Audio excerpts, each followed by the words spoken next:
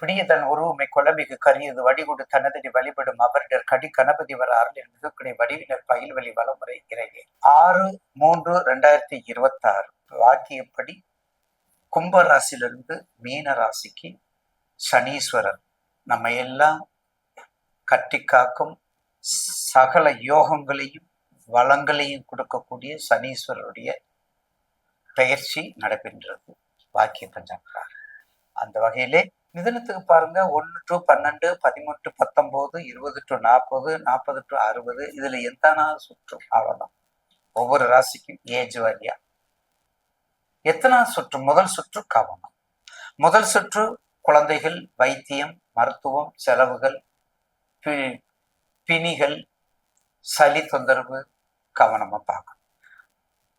10, 13 to 19 படிப்பு தடைபடும். படிப்பு, விநாயகர் வழிபாடு, ஆஞ்சநேயர் வழிபாடு, ஆதியந்த வழிபாடு, ஹயக்ரீவர் வழிபாடு இதெல்லாம் பண்ணிருப்பது படிப்பு தடை நீக்கம் இல்லைங்களா. 40க்கு திருமண தடை, குழந்தை பாக்கியம், நிறைய இடம் இருக்குது. 60 தொழில்.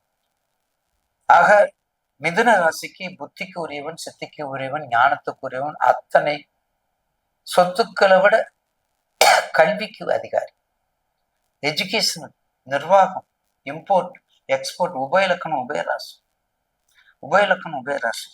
அப்போ உபயலக்கணம் உபயராசி மீது கண்டிப்பா நீங்க என்ன பண்ணணும்? உங்களுடைய டாட்ஸ், உங்களுடைய படிப்பு, உங்களுடைய நிர்வாகம், உங்களுடைய இன்ஸ்டிடியூஷன், உங்களுடைய சனியும் புதனும் சேர்ந்த ஜெராக்ஸ், சனியும் புதனும் சேர்ந்த ஜெராக்ஸ் பார்த்தீங்களா, அதுக்கு அந்த அளவுக்கு வல்லமை உண்டு, அந்த பல நன்மைகள் உண்டு.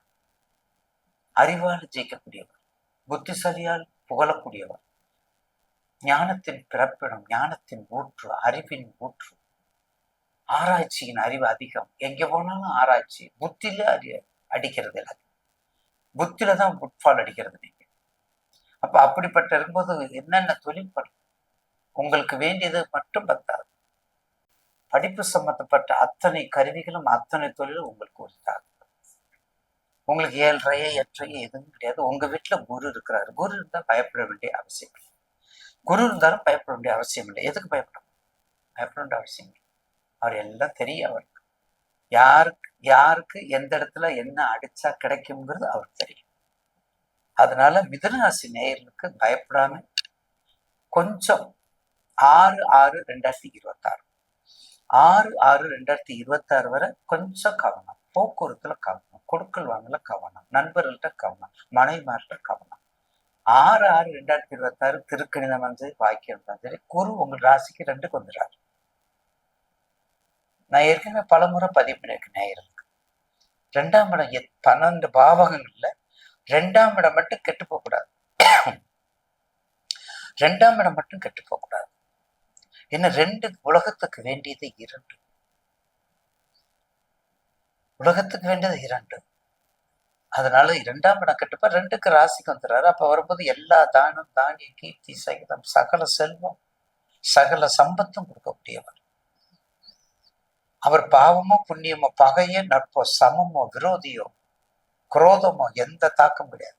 ஆனா கண்டிப்பா கொடுப்பார், கண்டிப்பா கொடுப்பார். அதனால நீங்க எந்த இதுக்கும் அஞ்ச வேண்டியது இல்லை. அப்ப மிதுனராசி நேயர்களுக்கு இந்த 6/3/2026 ஒரு அற்புதமான யோக பண்ண கொடுக்கும். அற்புதமான யோக பண்ண கொடுக்குங்கிற மாற்று கருத்து அல்ல. உங்களுக்கு வேண்டியது செய்யுங்க. வயசுக்கு தகுந்தவர் செய்யுங்க. 2ஆவது சுற்று கொஞ்சம் ஃப்ரீயா இருந்துக்கணும். முதல் சுற்று கொஞ்சம் கவனமா இருந்துக்கணும்.